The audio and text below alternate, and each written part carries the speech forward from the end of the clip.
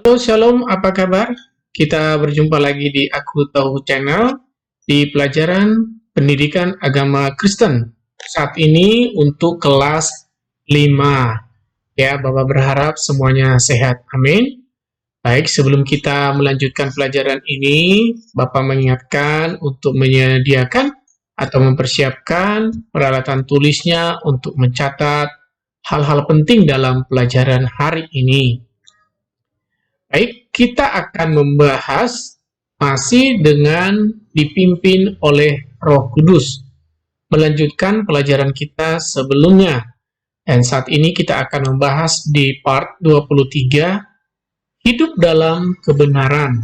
Nah, saat ini kita akan membahas bagaimana kita hidup ya seturut dengan apa yang Tuhan kehendaki dalam hidup kita. Nah, seperti biasa, kita akan berdoa untuk memulai pelajaran kita. Mari lipat tangannya, tutup matanya.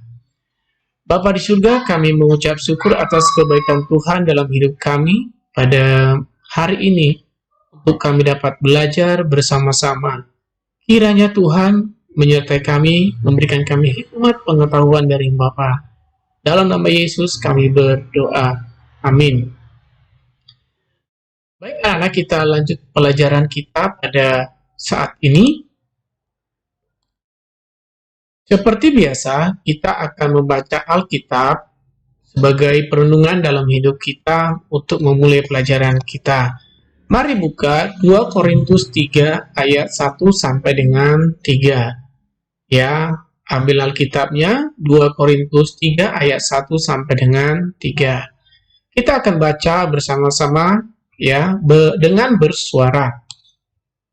Ayat 1, adakah kami mulai lagi memujikan diri kami, atau perlukah kami seperti orang-orang lain menunjukkan surat pujian kepada kamu atau dari kamu?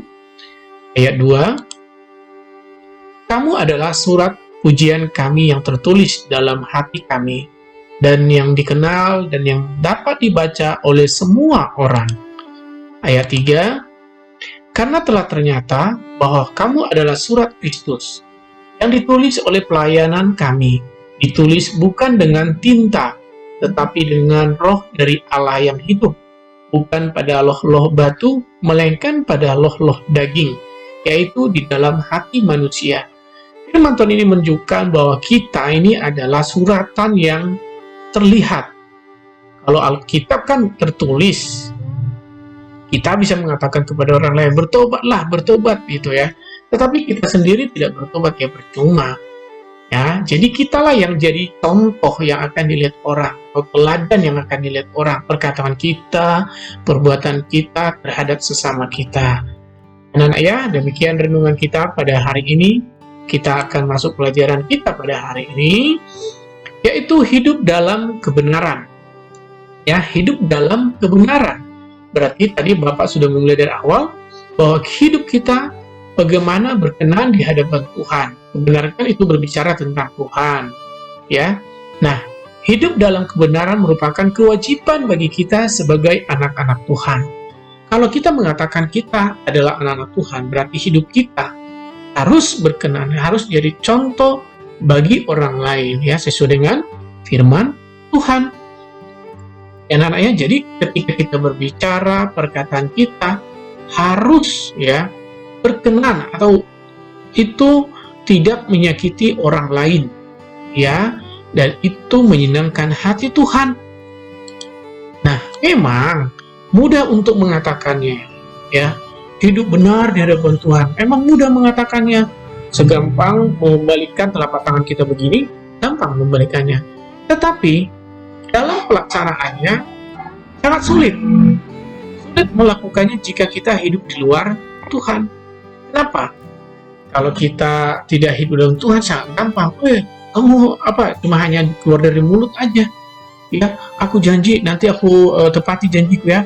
Nah, kalau kita di dalam Tuhan pasti begini.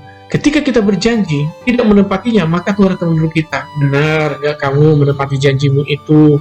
Jangan hanya ngomong, gitu kan? Tuhan mengingatkan kita. Tetapi kalau kita hidup kita tidak berkenan, tidak di luar dari Tuhan, maka sangat gampang mengatakannya, tapi melakukannya susah. Tapi kalau kita hidup dalam Tuhan, ya sangat mudah melakukannya. Karena apa? Kita bersikap jujur. Nah, sulit melakukannya jika kita hidup di luar Tuhan. Mengapa? Nah, itu kan jadi pertanyaannya. Karena kita hidup di luar Tuhan. Kalau kita dalam Tuhan pasti sangat gampang mengatakannya. Karena apa? Perkataan kita, sifat kita, perbuatan kita, kapan aja berkenan di hadapan Tuhan. Tidak ada orang yang disakiti. Jadi ketika kita mengatakan, ayo, aku nanti janji kalau minggu depan saya dapat berkat, saya akan ajak kamu makan. Nah, ketika kita dapat berkat, karena Tuhan kamu janji kemarin, ingat, kamu harus ajak dia makan. Kita dengan tulus. Tapi kalau kita tidak hidup dalam Tuhan, aku janji nanti minggu depan saya dapat uang, kita makan. Ketika kita dapat uang, kita akan berpikir gini, ibu sangat mengingatkan, kamu dapat uang, coba kalau kamu kasih itu, rugi kamu, jangan usah kasih, mendingan kamu simpan. Nah, itu iblis tanam dalam hati kita. Nah, kalau kita melakukan firman Tuhan ini ya, jika ya, hendaklah kamu katakan ya, jika tidak, hendaklah kamu katakan tidak. Apa yang lebih daripada itu berasal dari si jahat. Jadi kalau kita sering mengatakan apa yang ada, apa adanya, kita mengatakan memang kalau memang iya ya katakan iya, jangan kita memutarbalikkan padahal tidak, kita katakan iya. Akhirnya apa? Ketika kita mau diperhadapkan dengan situasi yang sebenarnya, maka ketika kita mengatakan ya tadi jadi tidak, itu akan kesulitan kita mengatakan menjelaskannya ya anak-anak ya. Jadi berusahalah untuk berkata iya di atas ya, tidak di atas tidak. Nah, kita harus mengakui bahwa manusia sudah berdosa. Tidak ada yang layak di hadapan Tuhan. Anak-anak, bapak, dan semua manusia di muka bumi sudah berdosa. Sejak kapan? Sejak Adam dan Hawa jatuh ke dalam dosa. Nah, semua keturunannya itu berdosa. Ya, pasti anak-anak sudah dapat pelajaran ini dari kelas 1 sampai kelas 4, bahwa manusia semua sudah jatuh ke dalam dosa. Itulah sebabnya Tuhan Yesus datang ya.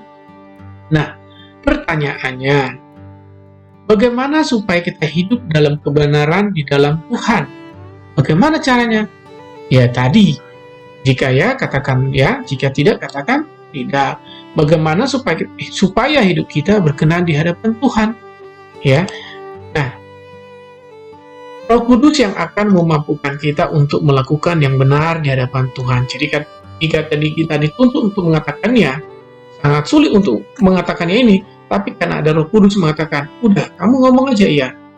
Katakan tidak jika memang tidak. Jangan kita berbohong, ya, karena berbohong itu dosa.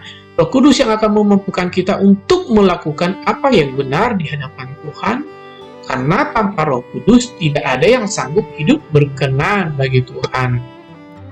Jadi karena kita berdosa, kita nggak layak di hadapan Tuhan, tapi Roh Kudus yang melayakkan kita untuk berbicara kepada Tuhan. Ya, Roh Kudus yang memampukan kita untuk berkata-kata yang benar. Kalau kita sudah berdosa, nggak akan sanggup kita mengatakan yang benar. Pasti ada intrik ada udang di balik batu, kata orang ya.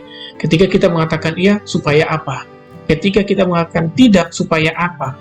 Nah, tapi karena Roh Kudus ada dalam hidup kita, maka kita sanggup mengatakan ya di atas ya, tidak di atas tidak. Ya, Roh Kudus yang memampukan kita, ya, mengajar kita untuk melakukan hal-hal yang benar di hadapan Tuhan. Di sini anak-anak paham ya. Nah, seperti biasa anak-anak, saatnya dulu di like video ini yang ada di bawah, yang ada tulisan like, kasih klik ya. Kalau masih merah subscribe-nya tulisannya dipadamkan dengan cara klik supaya jadi abu-abu, dan nanti share video ini kepada teman-teman atau saudara-saudara yang beragama Kristen yang masih SD supaya mereka bisa dapat belajar bersama-sama ya anak-anak ya. Jangan lupa loncengnya diklik yang hitamnya itu. Kita lanjut belajar. Kita jadilah teladan dalam kebenaran. Jadilah teladan dalam kebenaran. Apa sih teladan itu? Anak-anak ada yang tahu nggak teladan itu? Ada yang tahu? Nah, arti tidak teladan menurut iman Kristen Ya, arti teladan menurut iman kita yang percaya kepada Yesus, sosok yang patut ditiru atau dijadikan panutan oleh orang lain, menjadi role model, jadi contoh yang membawa kita ke dalam kebenaran. Ya, contoh kita yang menuntun kita ke dalam kebenaran.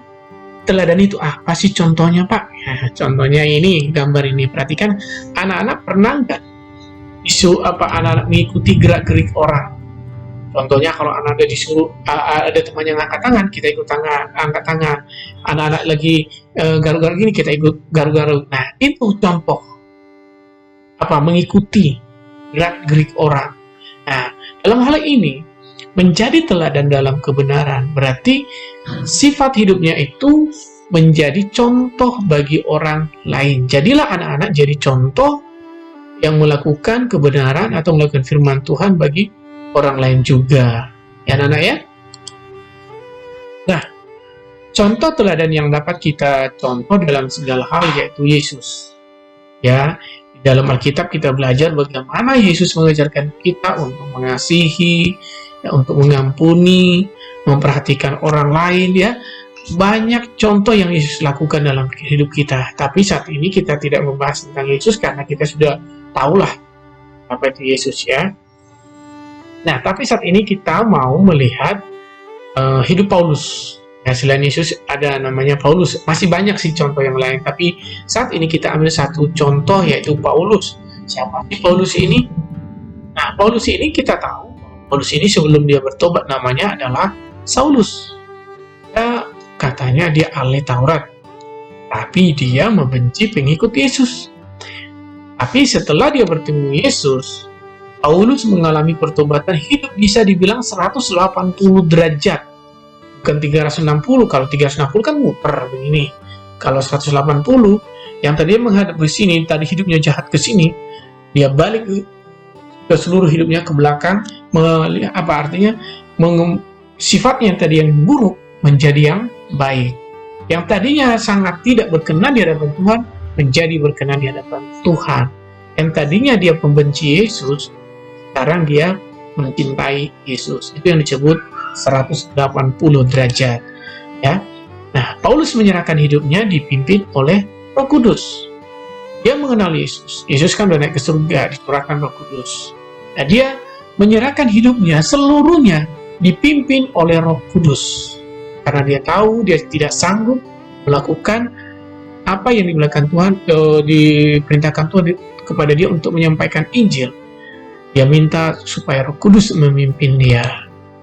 Nah, Paulus menjadi teladan bagi Timotius, ya, sebagai salah satu muridnya. Masih ada Onesimus, ada yang lain ya. Dan murid, ya, Timotius dan muridnya, dan di gereja yang dia layani ada 7 jemaat yang kita tahu, ya, ada jemaat-jemaat yang lain yang tidak tertulis dalam Alkitab juga. Dia menjadi teladan dan dia tidak membebani orang-orang yang dilayani. Karena apa? Dia juga sambil bekerja untuk menyampaikan Injil dan dia tidak menjadi beban bagi orang, ya. Nah, Paulus menjadi berkat dalam perbuatan dan perkataan. Setiap apa yang diucapkannya dia bertanggung jawab, dan itu benar-benar dari tuntunan Roh Kudus. Makanya dia bisa menulis banyak surat yang ada di dalam Alkitab, bisa kita baca dan kita renungkan dan kita jalankan dalam kehidupan kita selain kitab Injil, ya. Selain kitab Perjanjian Lama, ya, banyak surat yang ditulis oleh Paulus dalam kitab Perjanjian Baru, ya, anak-anak ya. Nah, inti pelajaran kita pada saat ini, orang baik banyak, ya, orang baik itu sangat banyak di bumi ini. Tapi menjadi teladan yang baik dalam pimpinan Roh Kudus tidaklah banyak, ya. Jadi banyak orang baik tapi dipimpin oleh Roh Kudus tidaklah banyak. Kenapa? Orang baik itu banyak karena ingin memiliki sesuatu dari orang yang dia baiki. Tapi dalam pimpinan Roh Kudus tidak ada intrik atau dibalik kebaikannya, tidak ada. Tapi dia tulus karena Roh Kudus yang memimpin dia. Ya, anak-anak ya. Demikianlah pelajaran kita pada hari ini. Kita akan lanjutkan pelajaran kita di pertemuan yang akan datang. Tuhan Yesus memberkati kita semuanya. Shalom.